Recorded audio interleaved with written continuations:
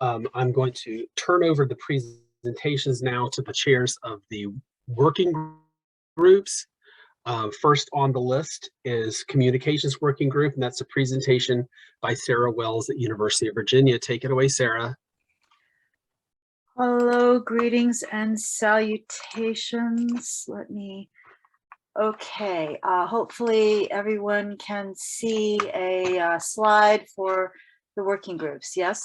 Yes, we can. Oh, brilliant. Okay, have a sec. Let me just move the really annoying little tool thing out of the way. Okay, there we go. Okay, let's get going here. Hello, I am Sarah Wells, the chair of the Communications Working Group. I'm with the Institute for Advanced Technology and the Humanities at the University of Virginia, which recently became part of the University of Virginia Library under John Unsworth. Some of you may remember me from earlier during the development of SNAC. I'm delighted to be back as the cooperative grows and evolves. Amidst the many changes going on at SNAC this year, Faith Charlton stepped down as chair of this group after more than 2 years in the position.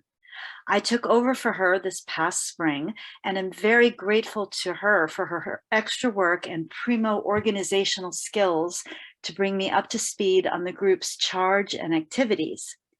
I'm going to be reporting partly on work that was done before I came in, so I apologize in advance for anything or anyone that I skip over or misreport.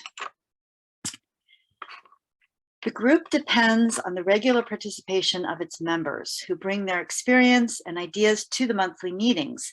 I'm beholden to all of them for their expertise that they've brought to the group, as well as their help getting me up and running. I've put up here what I hope is a complete list of the current members and those who finished up their terms this year. So we have Dina Herbert at NARA, Joe Hill at UVA Library, Rachel Hugh, Amanda Nelson, and Joe Schill at Corning, and then Kelly Spring. Kelly Spring's been on the group forever. And with this, most recently, we lost Jolene Beiser, who's just stepped down. Bets Coop, of course, is moving to a different group. Faith Charlson and Mandy Ferreira. So the Communications Working Group's charge is to assist with and improve internal and external communication about SNAC projects and developments in collaboration with the other working groups. We also facilitate strategies to encourage better communication among SNAC cooperative members and to increase awareness of SNAC resources and development within and outside the nexus of the cooperative. Our main outlets are the monthly newsletter, which allows all of the working groups and the operating committee to stay in touch with the cooperative, the listserv, and of course, the SNAC website. Another important communications outlet is the Twitter feed. Last year, the account was uncoupled from NARA, which had run it, and the working group took on responsibility for writing, posting, and monitoring the account. We're working to publish a good blend of information and outreach, aiming for a mix that includes information about the SNAC website features and tools, SNAC events, on this day factoids regarding interesting and newsworthy names that have SNAC IDs, and focuses on individual member repository holdings. We have a spreadsheet we maintain with scheduled and completed tweets to try to control both necessary and unnecessary duplication. We want to encourage cooperative members to use SNAC's Twitter account and other communication outlets to share news about SNAC-related projects, initiatives, or events in which they're engaged, especially for staff at member institutions who may not have access to this type of platform to share their work. As an ongoing concern, we're looking to use Twitter to highlight identity constellations, particularly those of individuals or groups from underrepresented communities, and to encourage users to explore features of the site. If you'd like to use SNAC's Twitter account, we have a Google form that you can use to get in touch with us, and I will post that in the chat after this presentation. So, as was promised last year, the group has continued its work on a communications plan. This included reviewing the resources available for disseminating information to the SNAC community and the larger audience outside the cooperative. The group also looked at the different audiences, workflow, and content that these resources can best support. Some of these are, of course, more heavily utilized than others, and there are some that we haven't yet fully utilized or may never actually fully utilize, such as YouTube and Facebook.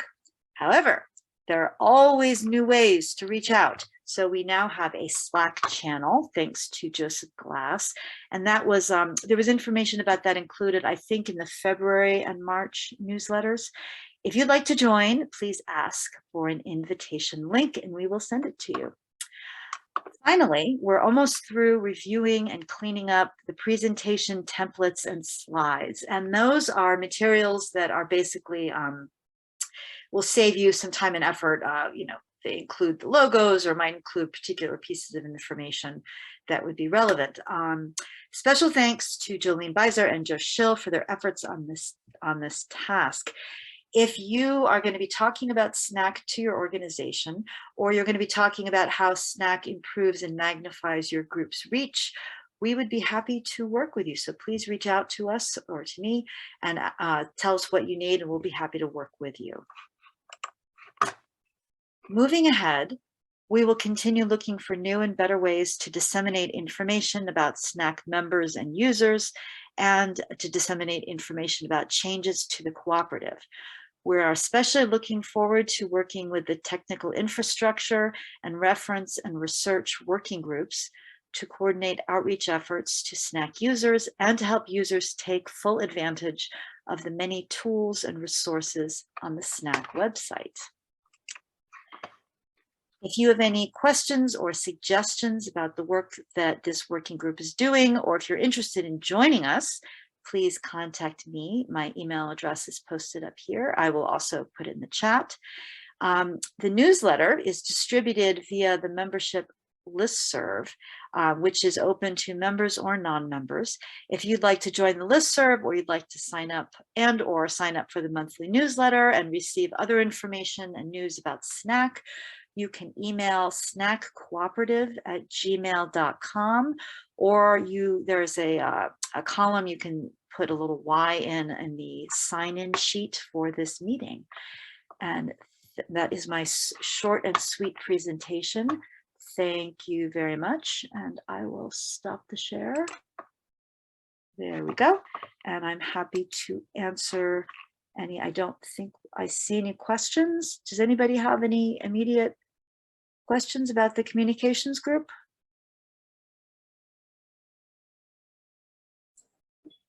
Sarah, if someone has an item they think might be appropriate for the SNAC cooperative newsletter each month, any 1 month, they should contact you? Absolutely, that is an extreme, yes, thank you very much, Worthy. That is a very good point.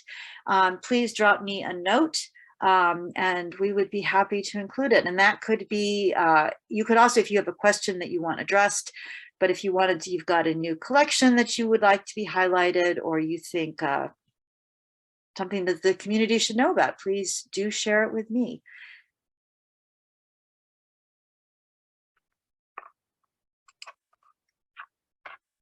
And I'm going to put up links in the chat. My email is spw4.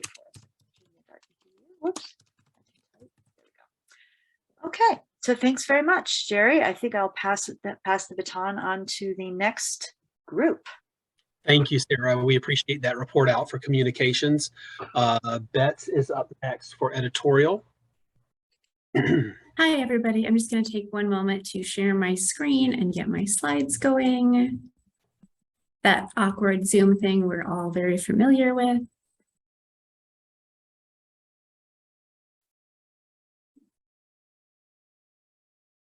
Okay, can everybody see my slides? You're good, Beth. Yeah. Thank you very much. All right, so I am, as you've already heard a couple of times, I am Beth Cope, and I am the incoming chair of the SNAC Editorial Policy and Standards Working Group, and I'm here to give you our updates from the past year. I actually joined the group in early 2022 after serving on the communications working group.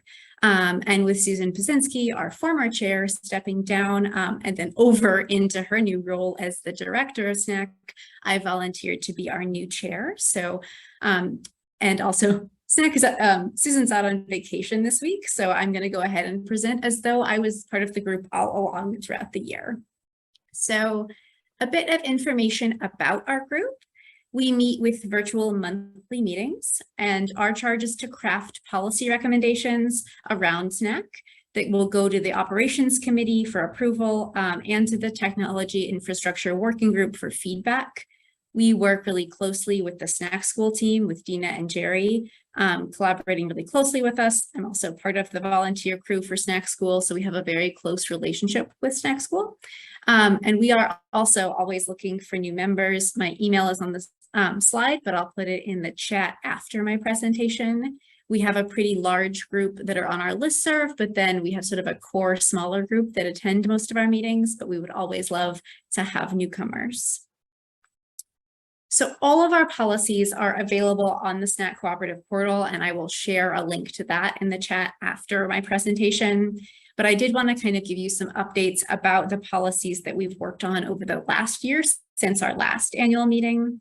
One of those has been creating, editing, and ingesting corporate body entity descriptions, which is an extremely helpful guide, which was led by Jerry Simmons at SNACSchool. You'll hear me mention this a little bit later, but we're actually going to be working collaboratively on a snackathon next week between Houghton Library, where I work, and Harvard University Archives to clean up our corporate body names. And I'm going to say that we are using this guide pretty closely for that work.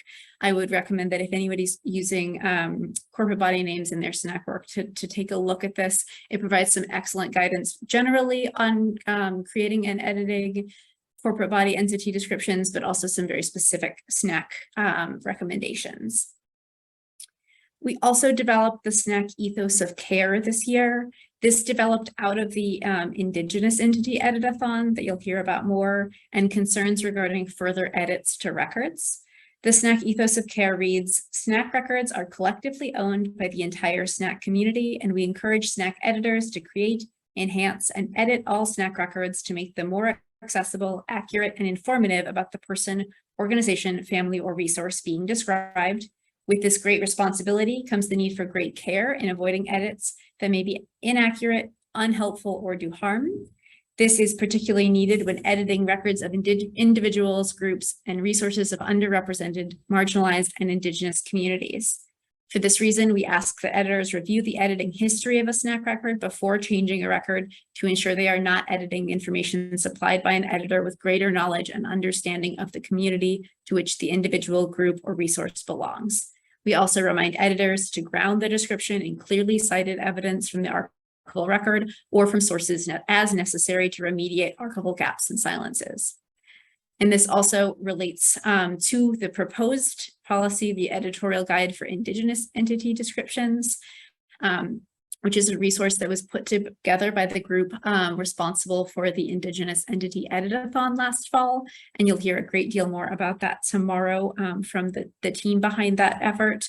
But this is a really exciting resource. As someone who works a lot with reparative archival description, this is a truly unique resource for considering how to work with Indigenous entity descriptions. So I would recommend you take a look at that as well. Again, I'll put links in the chat after the presentation.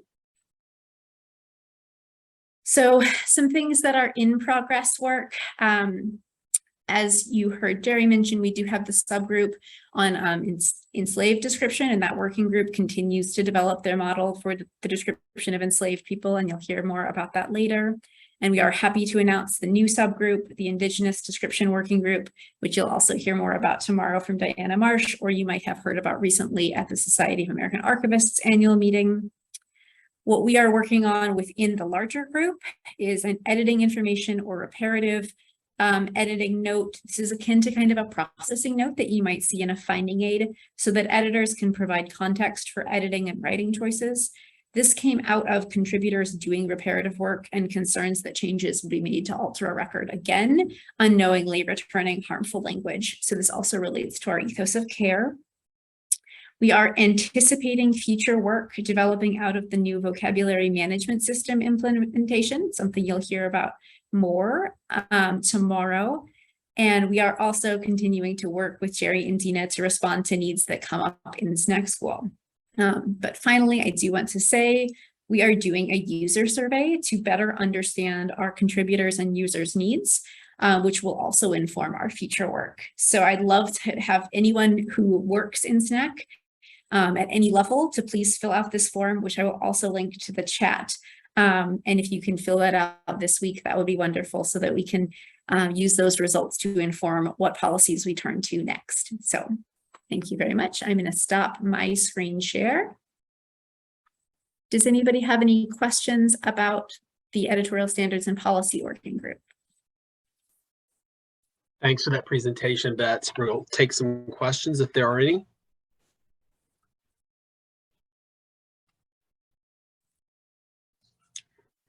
At the moment, Bets, we don't have any questions, but we'll circle back to Q&A at the end of all the working group reports.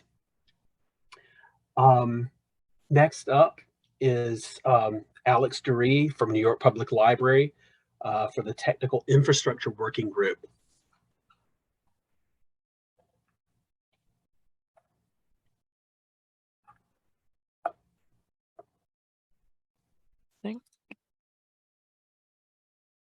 Yeah, can you see that? Yes, we can. Excellent. All right, good afternoon, everyone. I'm Alex Duryee, the manager of archival metadata at the New York Public Library and head of the Technology and Infrastructure Working Group. And today I'll be presenting on the working group's annual reports. And before we get to the report, I'd like to give a fond farewell to both Daniel and Joseph, who are both active members of the working group. They are both valued contributors and wonderful partners to the working group, and we wish them the best of luck.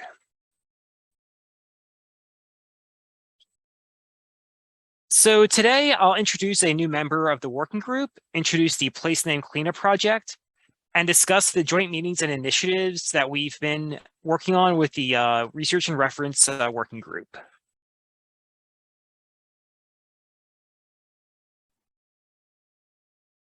So first off, the working group welcomed Thomas Adams from Coltrane National Laboratory. Thank you, Thomas, and welcome.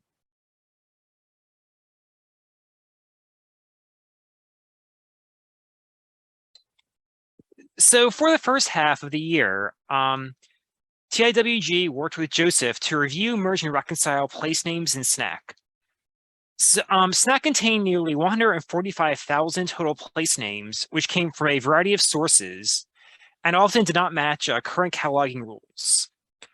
As a result, individual CPFs often have place names that were duplicative, but formatted slightly differently. So there was the same information, just in different ways of saying it. And co-locating of place names was very difficult because there were so many different forms a place name could take. And working with Joseph, the working group recommended using the LC format for place names when possible. So for example, Detroit parentheses, Mich period parentheses. We then set out to identify large-scale patterns that repeatedly appeared in the place names list and map these to LC formatted names.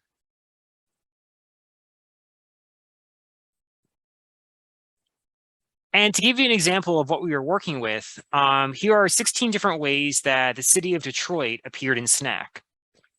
And note that most of these headings are roughly in the same ballpark as the correct LC heading in green, are likely created by someone who was unfamiliar with LC rules for places. TIWG noted broad patterns such as state-city and incorrect abbreviations such as MI period that could be mapped out to LC format. I'll discuss the technical details of reconciling all these place names tomorrow during the technical update. So tune in tomorrow to find out the details of how this is all mapped together. But as a result of this project, the place names in SNAC are now, they've been consolidated. It's much cleaner. You can now have nice things like latitude and longitude associated with headings, and it's much easier to work with place names in SNAC as a result of this project.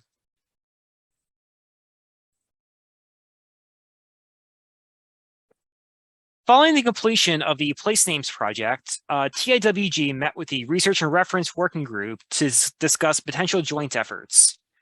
Historically, TIWG has focused on technical services projects, such as the OpenRefine plugin and data reconciliation, and not so much on the SNAC public interface.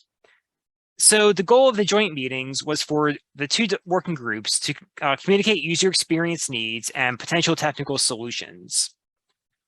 So far, we've held 3 joint meetings, which have been extraordinarily productive, where we discuss potential changes to the SNAC interface to make its purpose clearer and making its tools more user-friendly.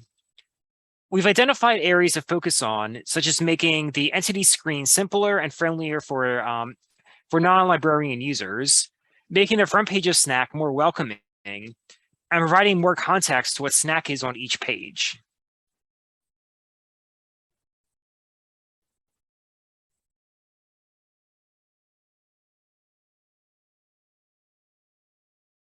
And one way that we like to provide more information about what SNAC is to users is add a tagline to each page so that someone coming to SNAC via Google will understand what they're looking at. We've brainstormed ideas for the potential taglines with the goal of emphasizing the themes of SNAC being free, SNAC being a tool for building connections, and SNAC as a tool for discovering relationships. And these taglines would appear on entity pages as well as potentially on the front page, so that people can know immediately what SNAC is all about after reading a short blurb. And here are 2 of the taglines that were submitted by the working groups. The first from Sarah Schleep, a free search tool for exploring social networks through archival collections around the world. And from Jeff Hill, which is simply SNAC connecting collections. We're looking for other ideas or potential, votes for or against any taglines. So if you have any ideas or if you have any ideas that you'd like to submit, please send them to me at my email address. And yeah, thank you for listening, and please let me know if you have any questions about the working group.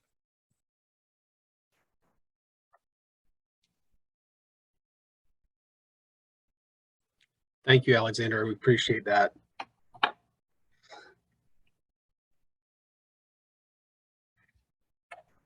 Okay, up next, we have Marisa Bourgoin from Archives of American Art to give us a report on the Research and Reference Working Group. Hello. Hi, Marisa. It's all yours. Thanks. All right, everybody can see my slides. Yes. Great. So yeah, I'm Marisa Bourgoin. I'm the head of reference services here at the Archives of American Art, a branch of the Smithsonian Institution, and I've been leading the reference and working group since it was formed in 2020-21. And I'm just going to talk a little bit about some things we've done this year. But first, more on our charge. The Reference and Research Working Group is charged with increasing awareness of SNAC as a research resource for reference professionals and researchers, which is to say we want people to use it. Daniel Pitti and his teams, including Joseph Glass, whose departure everyone mourns, those teams of folks who did a tremendous amount of work in setting SNAC up deserve a huge researcher base as a result. And part of our job is to try to increase awareness and get people using SNAC as a research resource. We'd like to help improve the effectiveness of SNAC as a research tool. Oh no, do I have these things on here twice?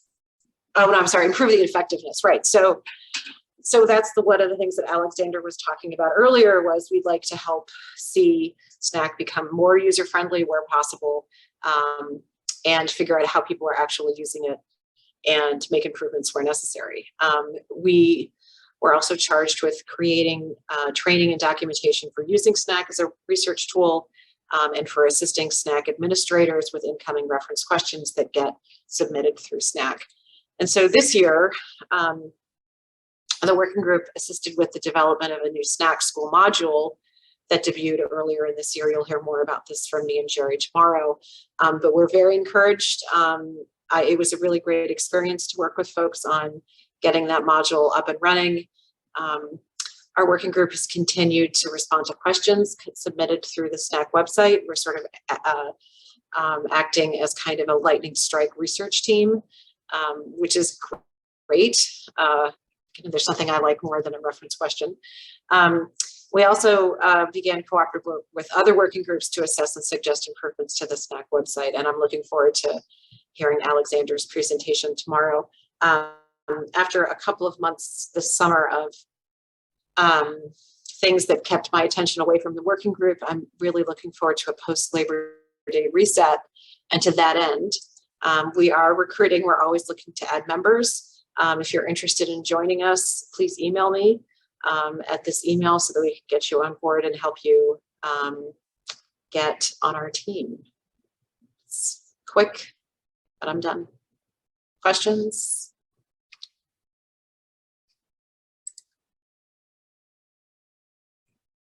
All right, thank you. There are no questions right now for you, Marisa. Thanks for that presentation. Give me 1 second, folks, and I'm gonna come back on with another presentation. Jerry, while you're doing that, FYI, there was a request that we have live transcription, closed captioning turned on. So I have turned it on. If I think it, so it looks like it should, everyone should be able to see it. If this, I'll turn it off, or I think you might be able to turn it off on your individual browser. At any rate, just so people know what's happening. Thanks, Sarah.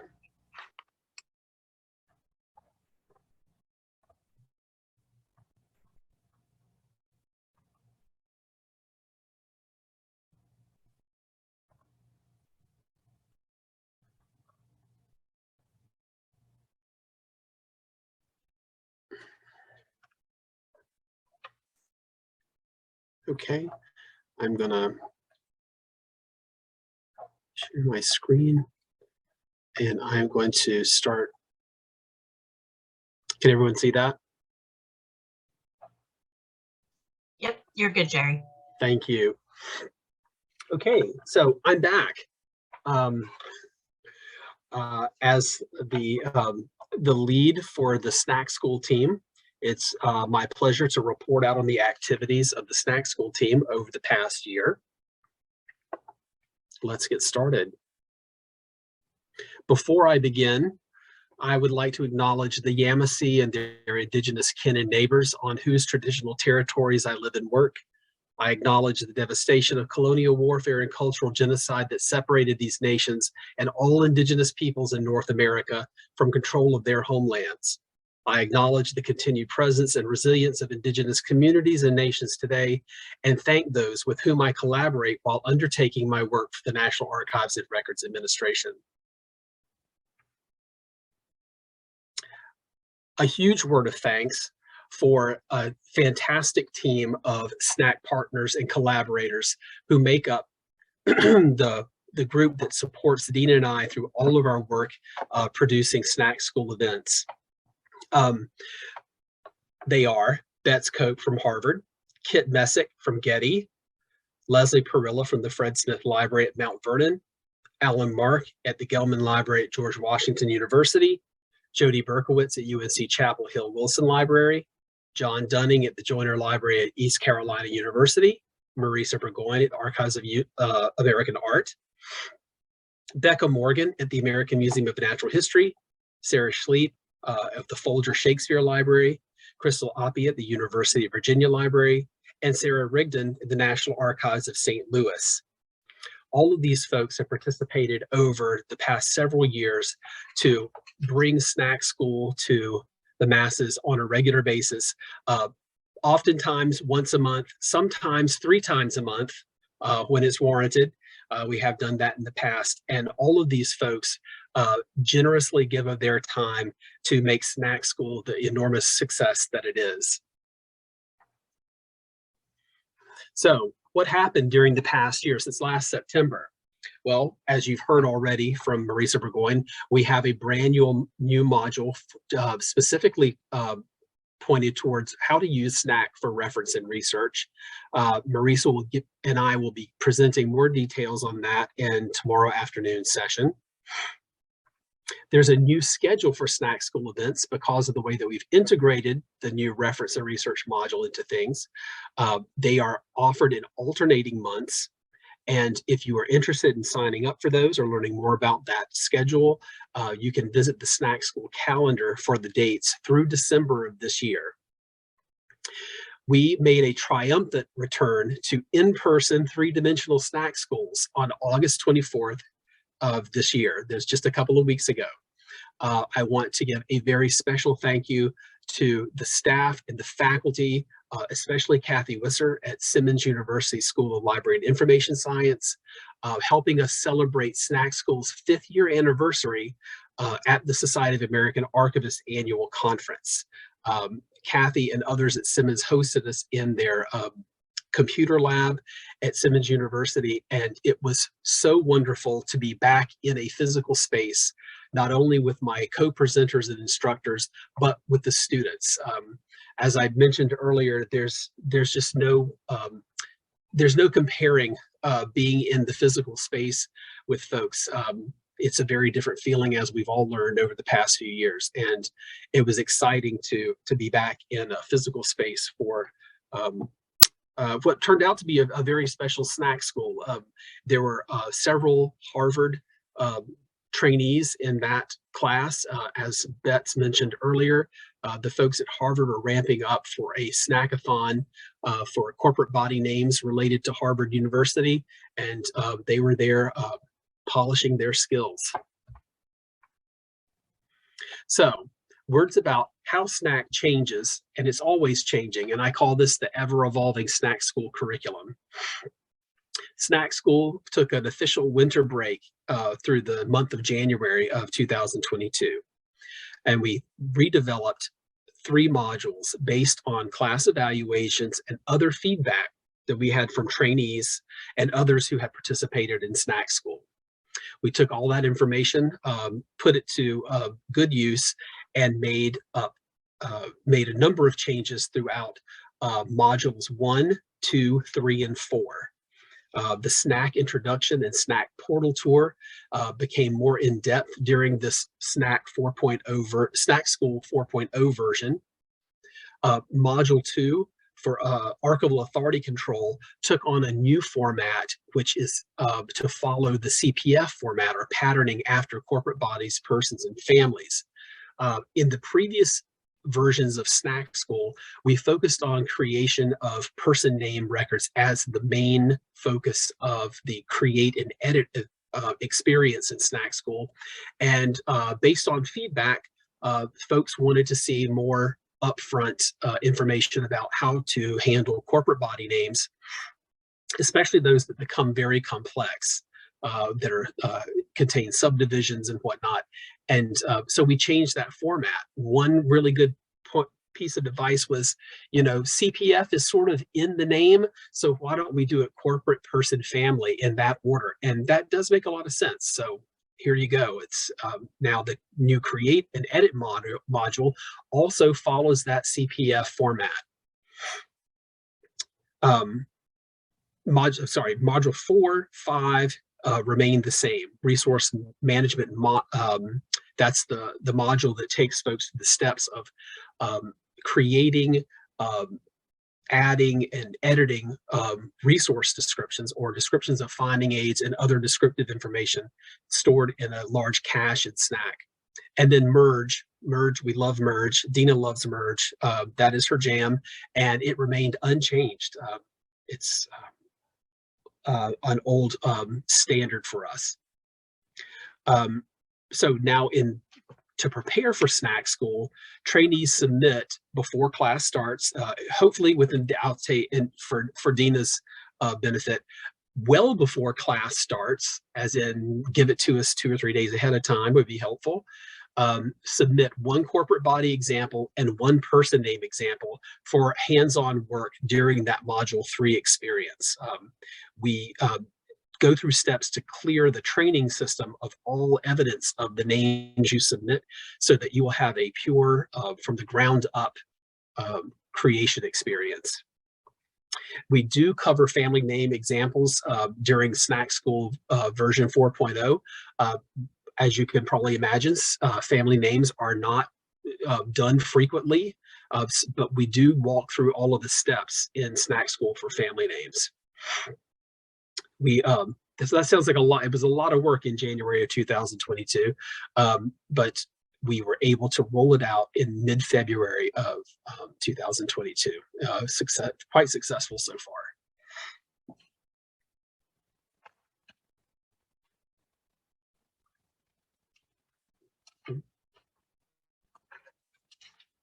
Sorry about that. Catching up with my notes. Okay, so in this past year, SNACSchool hosted trainees from many of our longtime partner institutions. Some of the ones I call the big partners, Getty, Library of Congress, Smithsonian, Harvard, Yale, the National Archives, and others. We also had trainees from new partner institutions, and there's just a sample of them there. Smaller shops, but very specialized shops too. You will note that there were several from Canada and one new trainee from the Indian Institute of Technology in Gandhinagar, India. During the past year, we had 11 training events with 127 trainees attending and participating. Earlier in today's session, Worthy Martin asked a question and then commented that SNACSchool oftentimes presents special events, and indeed we do. I will add to my presentation that we have in the past worked with new partner groups coming in who would like to have a special or more focused and targeted SNACSchool event for their particular group. And this is something that we have done in the past. In the past couple of years, especially during the pandemic, Dina and I reformatted SNACSchool for a special National Archives oriented SNACSchool so that archivists from the National Archives could participate and do work in SNAC while they were at home during the quarantine. So that was earlier. I also mentioned sometimes we did SNACSchool several times a month, and I believe it was March or April of 2020 when we did 3 SNACSchools in 1 month with about 60 or so people attending each one. Those were interesting times. We have also in the past done a special SNACSchool event targeting or focused on Indigenous description, preparing for the October 2021 Indigenous SNAC Editathon. So if you and your group, a larger group perhaps, are interested in a SNACSchool that is more targeted towards the collections and creator entities found in your institution, you can certainly reach out to me or to Dina or to both of us and put the request to us, and we will work with you on preparing a special SNACSchool event for your group. Also, if you are interested in being a part of the SNACSchool team, please let me know. We are always welcoming new members of the SNACSchool team, especially if you're interested in being an instructor in the SNACSchool. That's a very interesting for us to hear when someone wants to be a new instructor, and we really do appreciate the cooperative assistance from the cooperative overall. Okay. That's it for the SNACSchool team report. Let us know if you have any questions.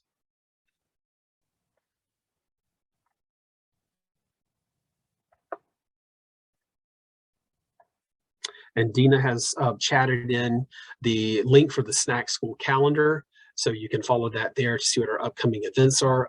Registration is almost always handled through Dina Herbert. So you'll be talking with her quite a bit if you want to sign up. Again, we have SNACSchool events coming up next week for reference and research, and then Create and Edit in October are those most upcoming events.